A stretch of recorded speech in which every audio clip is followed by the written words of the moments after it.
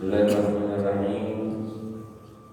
Qala musannif rahimahullah ta'ala wa nafa'ana bihi wa bi ulumihi fid dharain. Walau anna libni wa an ibn Abbas radhiyallahu anhuma anna Rasulullah sallallahu alaihi wasallam qala law anna li ibni Adam wadiyan min dhahabin ahabba an yakuna lahu wadiyani wa la yamla'a fahu illa turab wa yatubu Allahu ala man taab. Muttafaqun alaih. Hadis ke-11 pada bab taubat. Diriwayatkan dari Sayyidina Abdullah bin Abbas Rasulullah sallallahu alaihi wasallam. Sesungguhnya Rasulullah sallallahu alaihi wasallam bersabda, seandainya manusia memiliki satu lembah yang dipenuhi emas. Orang Arab itu biasanya gunung dan lembah. Kenapa? Tempat tinggal mereka itu isinya itu. Jadi ada gunung, bukit-bukit. Mereka tinggal di lembah. Sampai kalau perhatikan di negeri Mekah, Madinah, itu mereka tinggal di bawah gunung semua, di bukit. Itu seandainya lembah itu wadi, namanya dari bahasa Arabnya wadi, itu penuh emas. Dia punya satu lembah penuh emas. Lantaman lan ahabba an yakuna wa lahu wadiyan. Dia tuh pengen punya dua lembah. Seandainya satu lembah dia miliki terbuat dari emas full, niscaya dia berharap, dalam riwayat yang lantaman berharap punya dua lembah. Sampai kalau dikasih pilihan, Pak, mau duit 10 triliun atau 20 triliun, pilih mana? Jadi 20. Itu sifatnya manusia, tamatnya itu seperti itu. 1 juta aja susah dapatnya, ditawari 20 triliun atau dapat 10 atau 20, milihnya yang 20. Padahal 10 bingung mau dipakai buat apa. Bayangkan, satu lembah ini yang mungkin dari bundaran yang Anggang itu sampai ke ujung Pengayuman situ terbuat dari emas. Masih kita dua. Dan itu bukan orang lain, kita loh. Kita nggak ngerasakan. Memang prakteknya berbeda-beda. Prakteknya bukan dapat gunung emas, lembah emas, bukan. Kita ini, bayangkan saja kehidupan kita ini seperti ini. Ini gambaran tertinggi dari Rasulullah SAW. Seandainya dapatnya gunung emas, niscaya minta lebih. Ya kita rasakan. Punya sepeda motor satu kurang. Dulu sebelum punya sepeda motor, ya Allah, cuma punya sepeda motor. Dapatlah kendaraan satu, coba punya dua. Kendaraan dua kurang, coba punya mobil. Mobil satu, orang di rumah 3 orang aja. Mobil satu sebetulnya lebih. Coba ada mobil 2, kan nyaman. Belum kalau pergi-pergi nggak diganggu sama istri-istri, ada mobil sendiri di rumah. Nanti punya 2 anaknya. Terus rumah satu, alhamdulillah cukup. Coba punya 2 anak. Siapa yang mau tinggal di rumah satunya? Anak. Begitulah anak-anak. Terus tidak ada puasnya. Apa yang membuat mulutnya penuh, wala yamlahu fa'ahu, dan tidak akan ada yang membuat mulut anak Adam penuh, artinya tak bikin dia puas, illa turab, kecuali tanah. Yang bikin dia stop, tidak minta apa-apa lagi, tidak berharap lagi, apa itu? Tanah, artinya dikuburkan. Mati, dikubur, dipendam di tanah, selesai, baru minta apa? Bukan dikasih makan tanah. Memang begitu, subhanallah. Kita merasakan diri kita begitu dasarnya ya. Kalau kita nggak ingat Allah, ya ingat akhirat kayak gini. Yang bisa menyetop ini apa? Ingat mati. Karena yang bikin kita stop kenyang, nggak minta apa-apa lagi, mati, dikubur. Makanya biar gak tamat dari dunia, ingat apa? Ingatlah mati, ingat akhirat. Baru stop.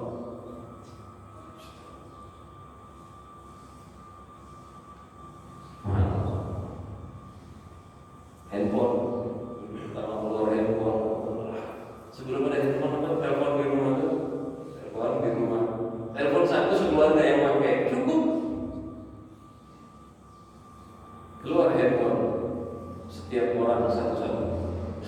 Nggak cukup itu kalau sekarang satu orang bisa punya 3 handphone.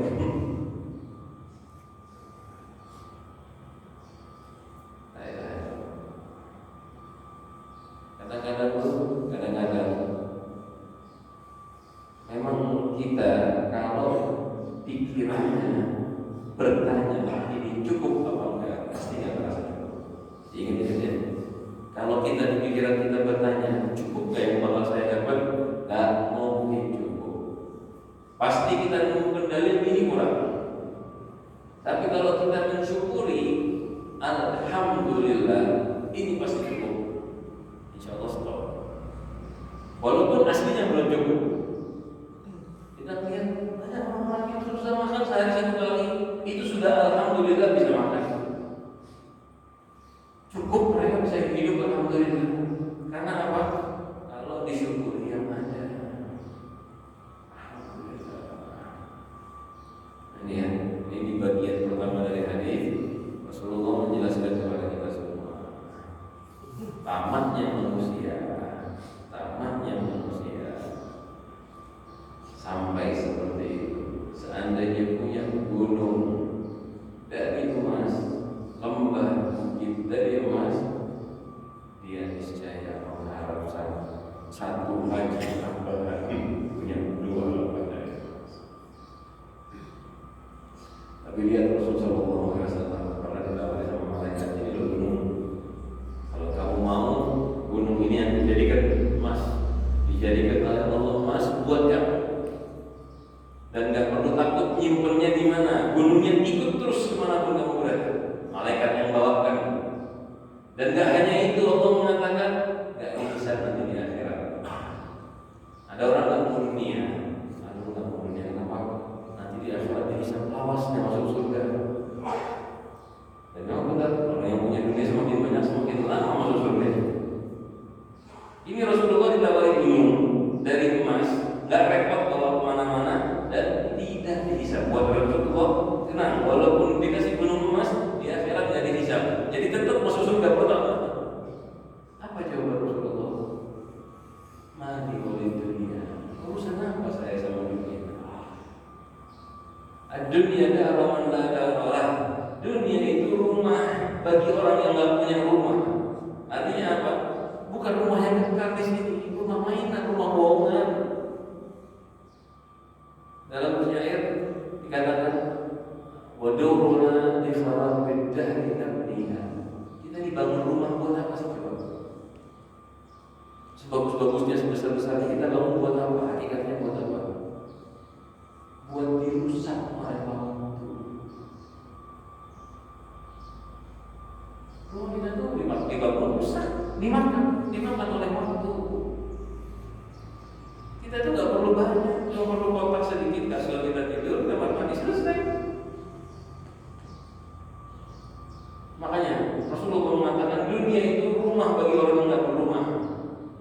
Artinya orang yang nggak rumah yang hakiki itu di akhirat, dunia itu singgahan sementara. Yajma'uha man la aqla lah, dan mengumpulkan dunia orang yang nggak berakal. Artinya nggak jauh pikirannya. Orang pintar tuh mikirkan akhirat. Dunia cuma sebagai wasilah, dipakai cuma sebagai perantara. Buat apa jadi banyak-banyak? Buat apa saya banyak-banyak kayak gini? Dunia itu cuma wasilah. Rasulullah mengatakan seperti itu. Yang mengumpulkan fokusnya ke dunia tidak berakal.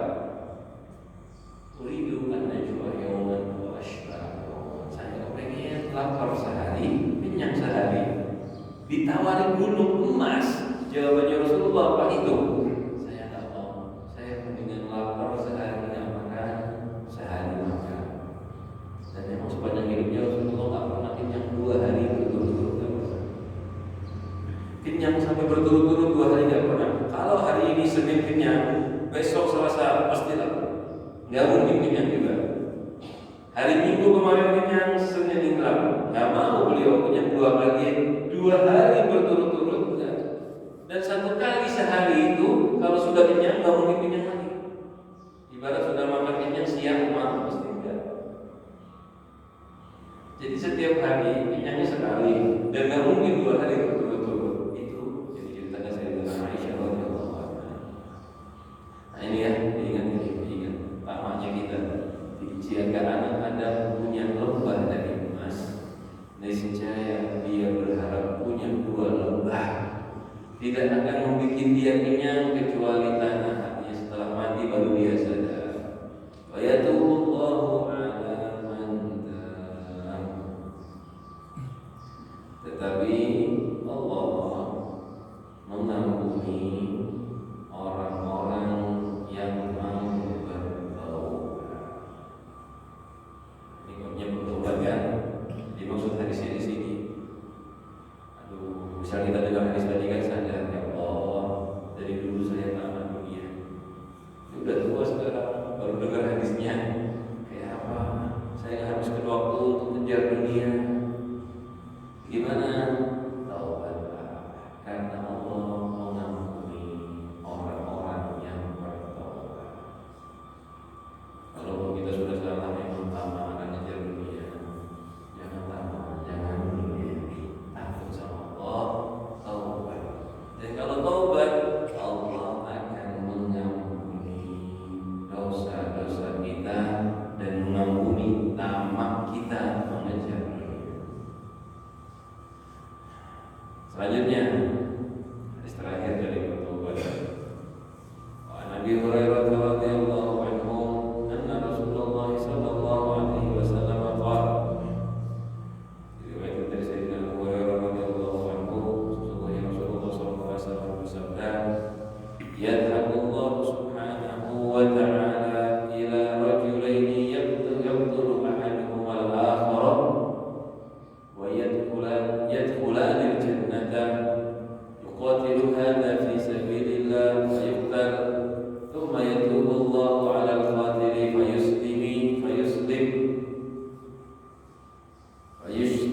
fayustashhad al-qatili fayuslim fayustashhad."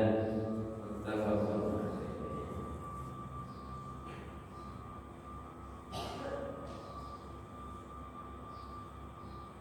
Allah, ini bahasanya ya biasa.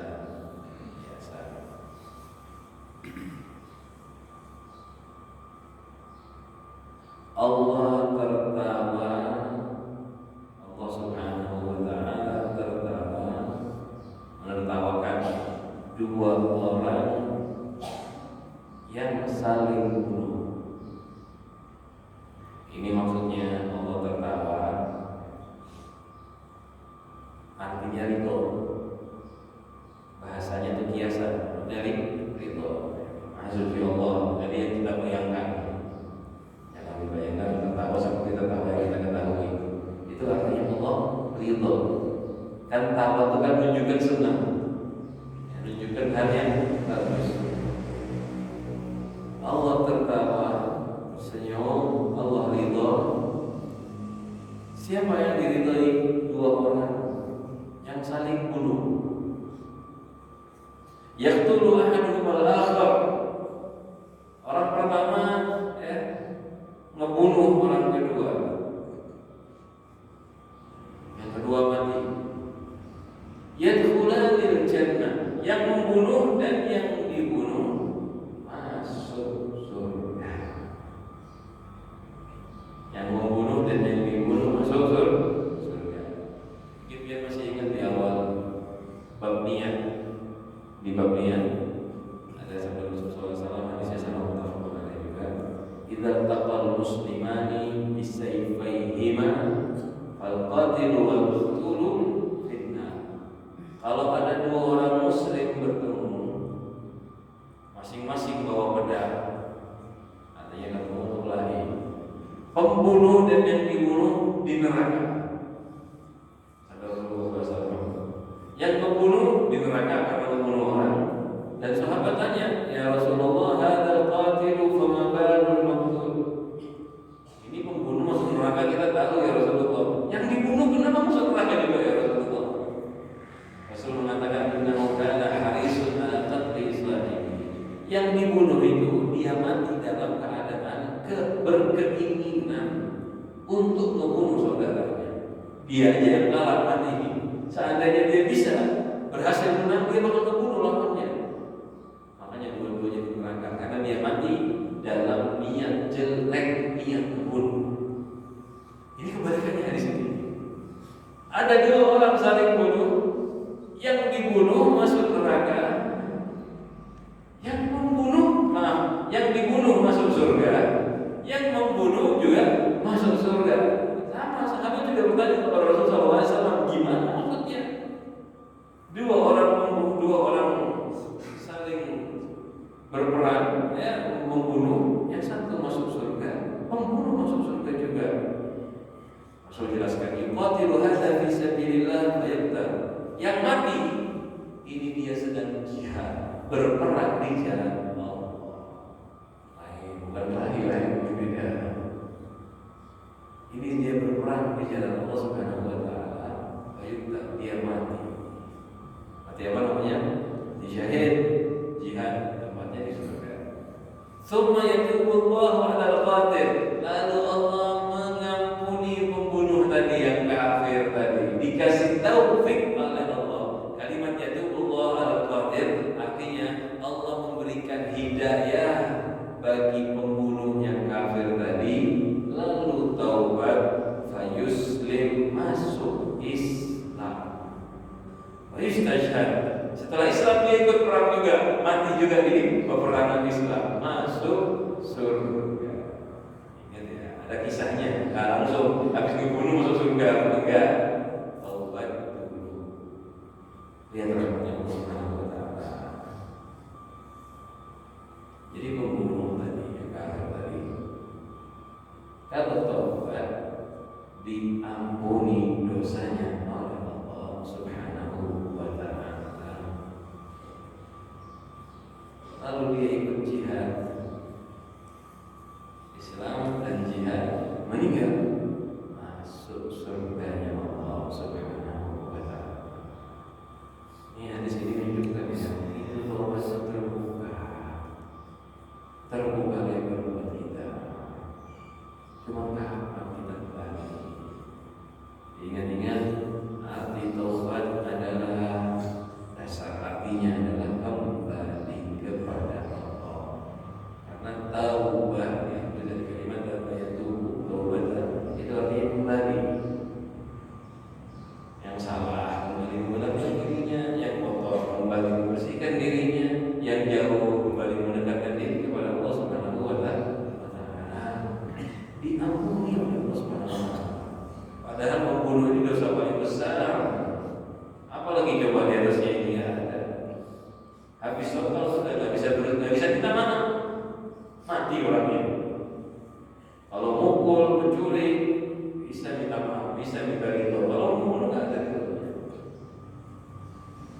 Gimana ada hukumannya ya? Kalau dia nggak bisa minta ridho dengan yang mayit, yang mati, dia minta ridhonya dengan ahli waris. Itu pun tetap walaupun ahli waris semua memaafkan, tetap kena hukuman. Ada hukuman dohir. Ya. Hukuman dohirnya itu denda 100 ekor unta dan kafaroh puasa 2 bulan berturut-turut.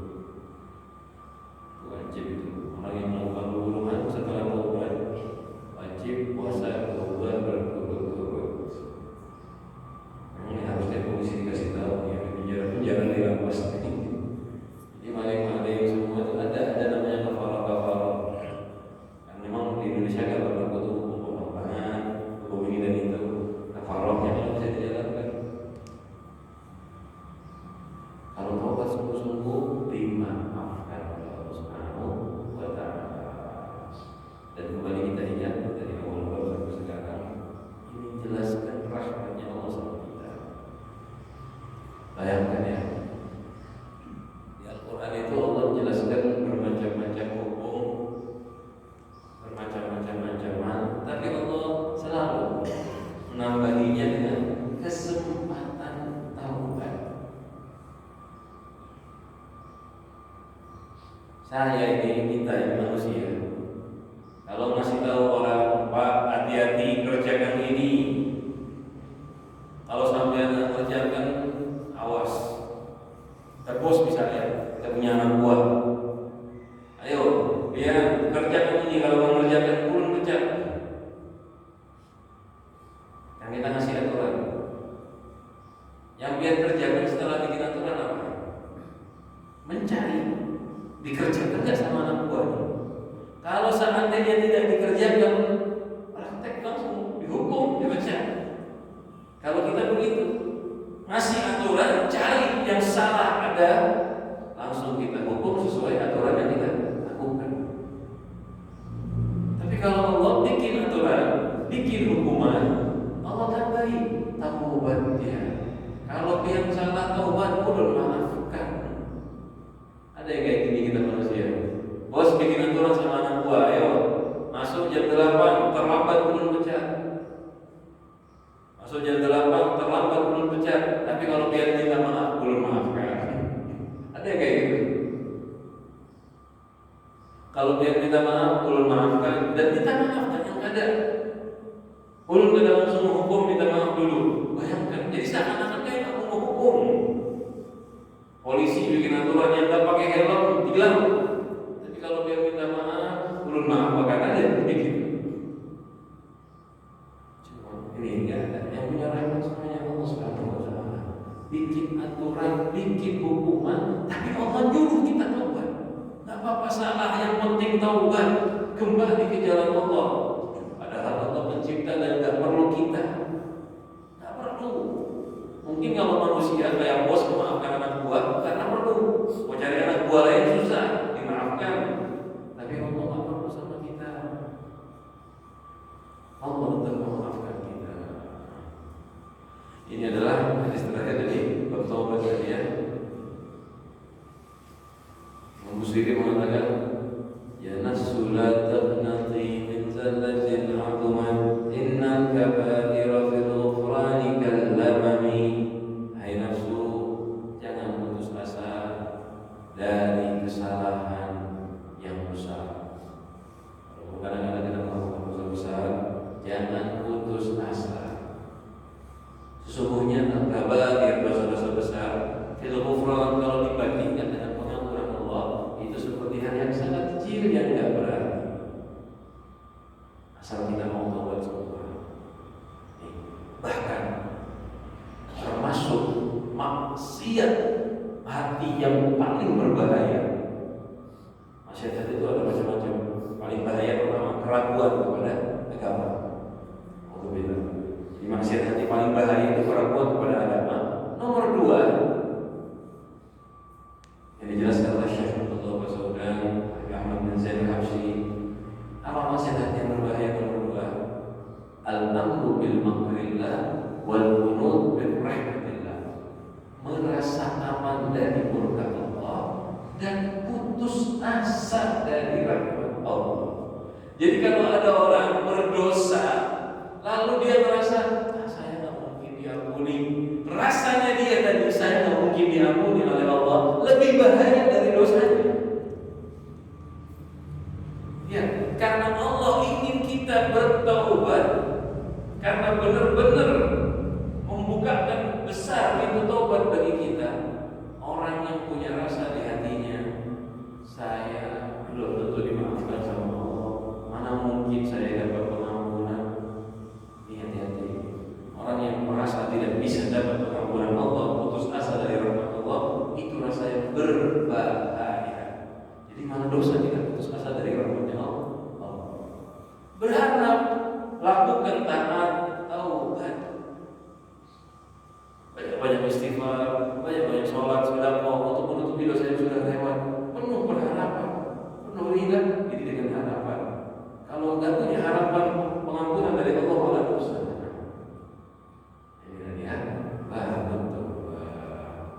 Jadi bab ini sebetulnya taubat ini benar-benar menunjukkan tentang rahmatnya Allah Subhanahu wa taala. Mudah-mudahan kita dijadikan orang-orang yang rajin bertaubat, istiqomah taubat kepada Allah Subhanahu wa taala. Sudah kita bahas panjang lebar ya tentang taubat ya. Taubat punya 3 syarat. Sudah kita bahas bersama-sama. Penyesalan, tinggalkan dosanya dan dia tidak mengulangi lagi. Kalau dosanya dengan anak Adam, harus minta maaf. Kemudian itu untuk siapa? Untuk semua orang yang memang dia ingatnya tak punya dosa, ataupun dia merasa tak berdosa. Bahkan Nabi Muhammad SAW juga taubat. Dan taubat sendiri adalah ibadah. Jadi saya nggak punya dosa hari ini, boleh nggak taubat? Boleh. Taubat ibadah. Rasulullah sendiri beristighfar sehari 70 dan 100 kali ibadah taubat tadi. Dan orang yang gemar taubat, selalu bertobat, diistilahkan oleh sufi menjadi munib. Ya, makom dan derajat di atas taubat. Apa itu darajatul inabah? Dia ada taubat, atasnya lagi ada al-inabah. Orang yang istiqomah bertobat namanya munib. Ya, namanya apa itu? Inabah. Itu dia bertobat.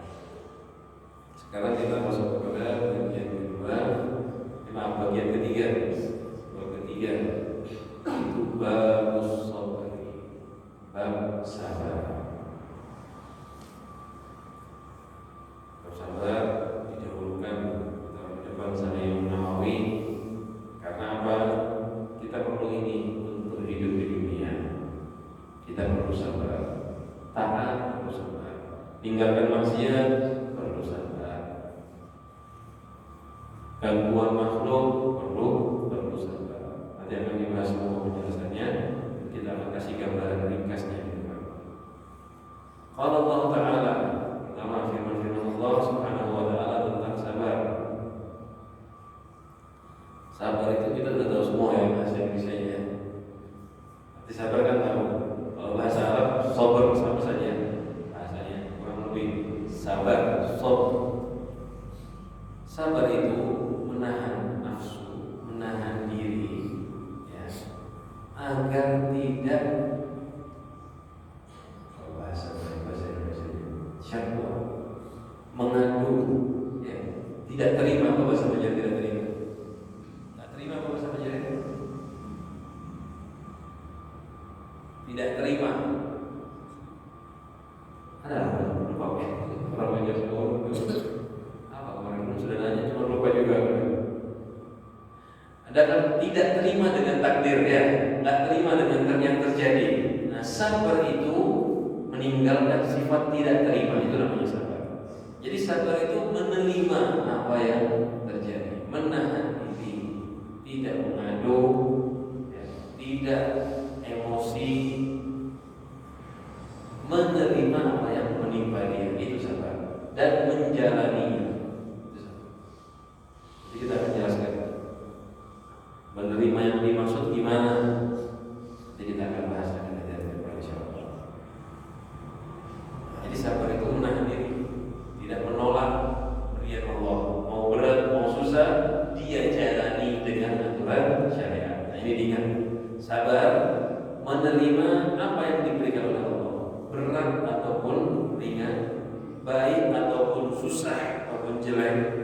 Menurut kita kadang-kadang jelek, diterima, dijalani dengan aturan syariat.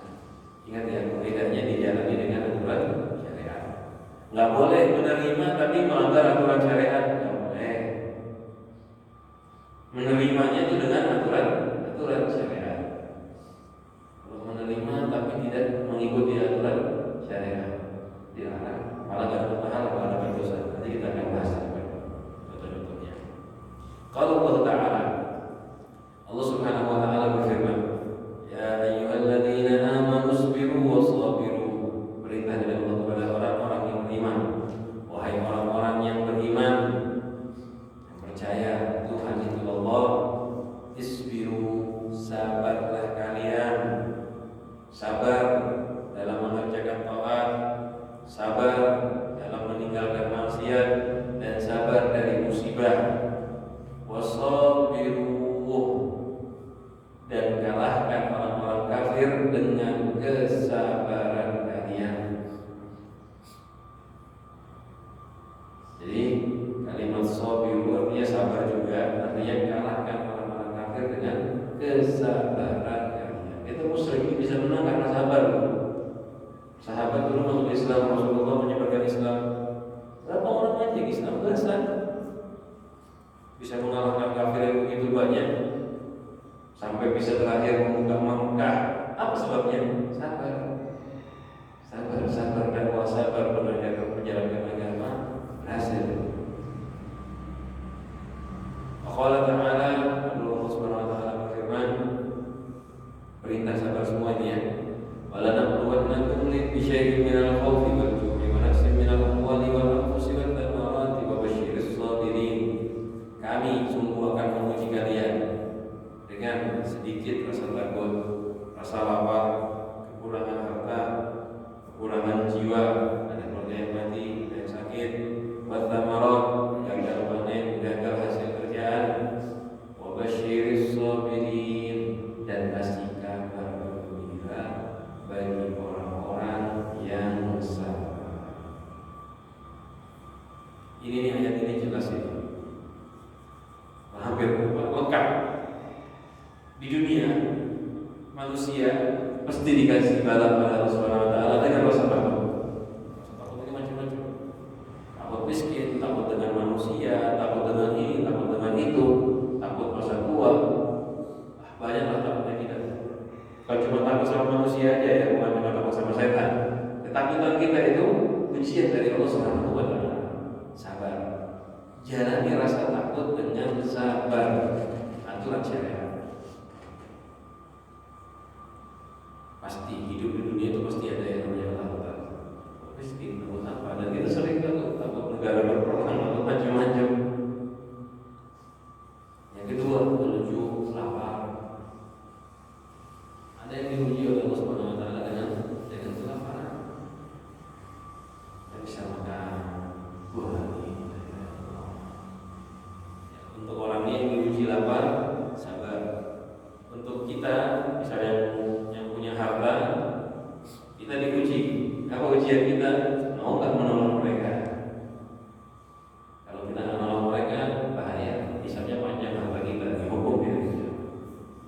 Manusia diuji di dunia ada yang dengan masalah apa? Macam-macam. Ada yang takut, ada yang punya masalah apa? Ada orang kaya tapi ketakutan terus hidupnya. Ada miskin, lapar tapi nggak pernah takut, tenang hatinya. Masing-masing diuji oleh Allah Subhanahu Wa Taala berbeda-beda.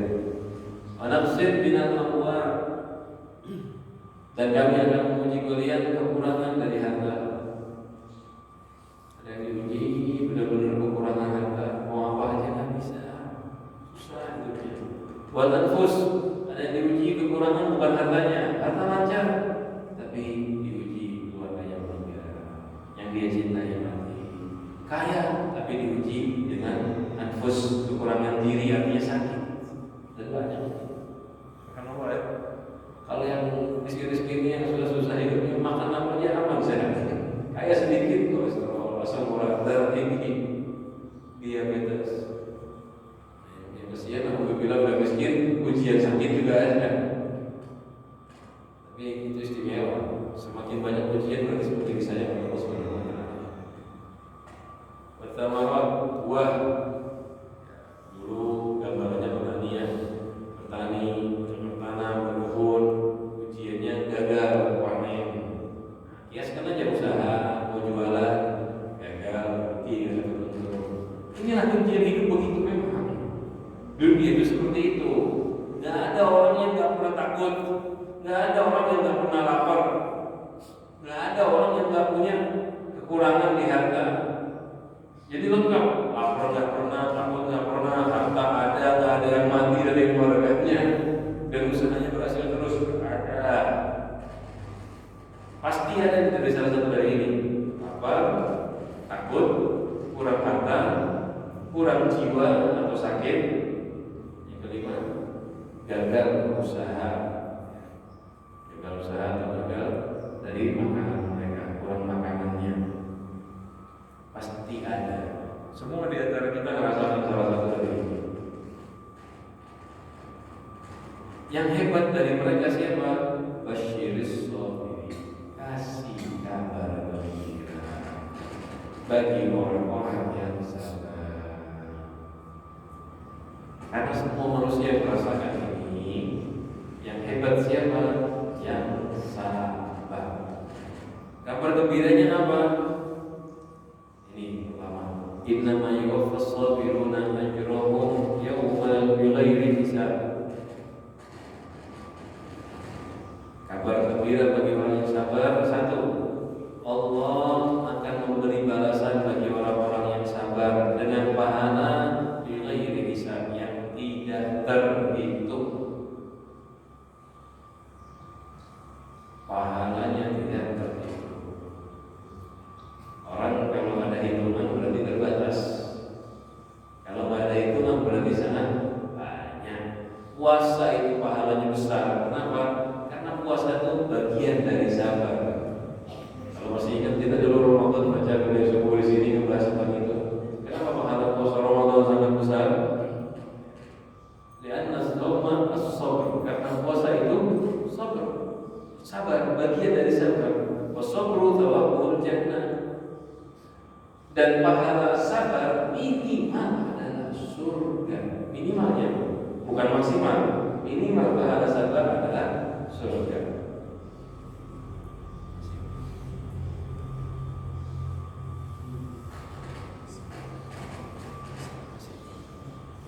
Kita teruskan. Silakan kalau berlebih. Allah Ta'ala, Allah Subhanahu wa Ta'ala berfirman, "Wa man sabara wa ghafara inna dzalika min azmil umur." Dan barang siapa yang sabar, di sabar ini, di ayat ini, sabar dari gangguan orang yang zalim. Dan barang siapa yang sabar dari gangguan orang lain, enggak menuntut balas, wa ghafara, lalu dia maafkan orang yang ganggu dia, inna dzalika min azmil umur. Sesungguhnya ini termasuk hal yang diperintahkan oleh Allah dan hal yang istimewa. Ada orang yang mendolimi kita, kita sabar, gak minta balasan. Kan biasa orang kalau didolimi gak balas. Ini gak, tidak membalas, gak minta hukuman buat yang ganggu dia. Allah malah memaafkan. Ini hal yang berat ya, susah. Dan ini hal yang agung. Gak pernah kita kasih contoh. Sampai kalau disuruh milih sholat malam 100 rakaat, sholat malam 100 rakaat, atau memaafkan tetangga yang pernah nyakiti hati dia, lebih gampang mana? Memaafkan saudara yang pernah nyakiti hati kita, berat mana? Lebih berat memaafkan daripada sholat 100 rakaat. Apalagi yang kisahnya sakit hati benar, nggak tahan. Ada yang nyangka belum diginikan, kecewa. Wah, ini dibanding 1000 sholat sunnah, berat memaafkan. Makanya yang memaafkan ini itu hal mulia yang diperintahkan oleh Allah Subhanahu wa Ta'ala. Memang pahalanya besar sekali. Nanti kita lihat di depan istimewa-istimewanya akan dijelaskan oleh Rasulullah SAW dalam hadis ini. Jadi nanti dikumpulkan sama Imam Nawawi bisa di sini. Terus masih firman-firmannya dulu kita bahas ayat-ayatnya. Wa qala ta'ala ista'inu bis-sabri was-salati innallaha ma'as-sabirin. Carilah pertolongan untuk urusan dunia kalian. Dengan apa? Dengan sabar, menahan diri dari hal yang enggak kita sukai. Was-salat, carilah pertolongan dengan salat. Innallaha ma'as-sabirin. Sesungguhnya Allah bersama orang yang sabar. Ini kunci buat sampai hidup selamat di dunia. Kuncinya dua hal. Yang pertama adalah sabar. Tahan diri dari yang tak kita sukai. Pasti sudah dibahas tadi di ayat tadi. Allah akan menguji kita dengan takut apa. Jadi kita di dunia pasti menemukan hal yang tak kita senangi. Cara menjalaninya gimana? Sabar. Sabar. Jangan buru-buru. Sabar. Yang kedua apa? Sholat. Sholat itu membantu menyelesaikan masalah kesulitan ini. Ya, sholat itu membantu biar masalah cepat selesai. Dan sabar, jangan buru-buru. Tahan diri. Ini kena musibah. musibah pagi-pagi, siang-siang datang ke rumah guru. Guru minta doa, guru kena musibah, mudah-mudahan sore selesai. Allah kepengen ngasih musibah 2 hari ini, kita maksa harus sekarang selesai. Sabar. Manusia itu bukan Tuhan, gurunya juga bingung. Aduh, guru lain Tuhan yang ngasih musibah biar dan mulai langgar. Tahan. Benar, kita bisa berdoa, nggak apa-apa, minta sama Allah. Ya Allah, tolong angkat musibah ini, nggak apa-apa. Nanti kita akan bahas itu ya. Meminta musibah diangkat bukan berarti nggak sabar. Sabar itu menerimanya dengan ikhlas, dengan rela. Nahan, tidak mengadu. Nahan, menerima, itulah sabar. Nanti minta sama Allah apa-apa, tapi nahan dirinya. Kalau kepengen hidup tenang, cari pertolongan dengan sabar, jangan buru-buru dan sholat. Benar, kalau sampai yang sholat aman dijaga Allah Subhanahu wa Ta'ala. Masuk musibah akan terangkat pelan-pelan. Wala nabluwannakum hatta na'lamal mujahidina minkum wa basyiris shabirin. Ini ayatnya kurang. Ya. Di situ wa basyiris shabirin apa was-shabirin? Wala nabluwannakum hatta na'lamal mujahidina minkum. Ya. Was-shabirin kurang ya? Yang beda kita kurang kalimat wa basyiris shabirin.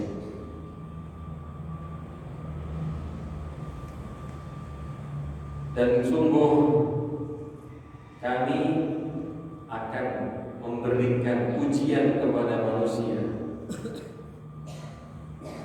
Allah akan menurunkan ujian, cobaan bermacam-macam. Ya, Allah akan menurunkan ujian bermacam-macam kepada makhluknya. Tujuannya apa? Mengetahui siapa yang bersungguh-sungguh. Di agama itu diuji manusia.